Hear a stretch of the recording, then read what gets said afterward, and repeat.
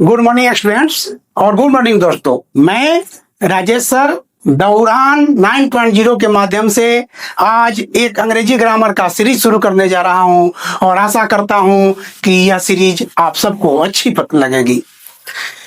Rural area में सबसे ज्यादा प्रॉब्लम बच्चों को अगर होती है तो वह होती है अंग्रेजी से, जिसका कारण है कि बच्चे आखिर जानते ही नहीं कि अंग्रेजी है क्या। रियल में अंग्रेजी एक सब्जेक्ट है ही नहीं। अंग्रेजी क्या है? अंग्रेजी एक लैंग्वेज है, यानी भाषा है, और हमें जो है उस भाषा का ज्ञान लेना है। इसके लिए हम इसको जीरो से शुरू करेंगे, यानी स्टार्टिंग से शुरू करेंगे। हमें एक एक शब्द पसंद आएगी उसमें और एक एक बात समझ में आएगी। होता क्या है कि कभी कभी इंग्लिश क्लासेस में जो टीचर हैं बहुत हाई एडवांस से शुरू कर देते हैं, जिसका कारण यह होता है कि बच्चे के दिमाग में वह बात कैच करता ही नहीं है और बच्चों को लगता है कि अंग्रेजी बहुत भारी है। लेकिन मैं आपको यह विश्वास दिलाता हूं कि द उड़ान 9.0 के माध्यम से कि यदि यह सीरीज आपने लगातार देखा तो 3 महीना के अंदर में आप अंग्रेजी के अच्छे ज्ञान आ जाएंगे आपके अंदर।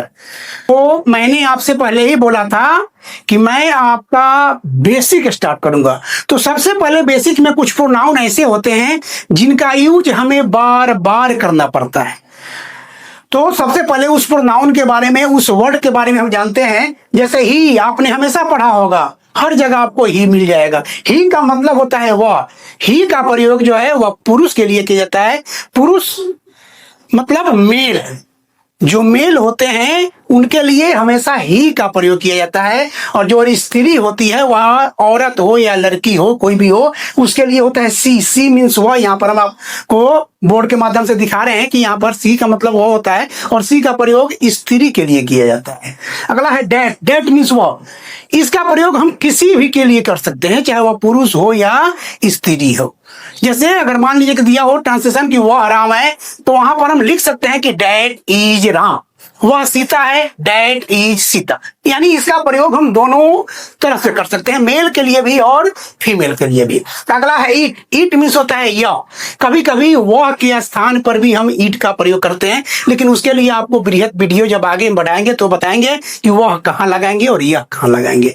आगे है दिस। दिस मीन्स तो सभी को हम जानते हैं। दिस मतलब होता है यह। आई मतलब मैं। वी मीन्स हम लोग। यू। यू जो है, यू का मतलब तुम भी होता है, तुम लोग भी होता है, आप भी होता है, आप लोग भी होता है। आप और आप लोग जो है वह आपसे जो श्रेष्ठ हैं, एल्डर हैं, उनके लिए प्रयोग करेंगे यू। और तुम जो है, तुम लोग जो है, आप अपने दोस्तों के साथ कर सकते हैं।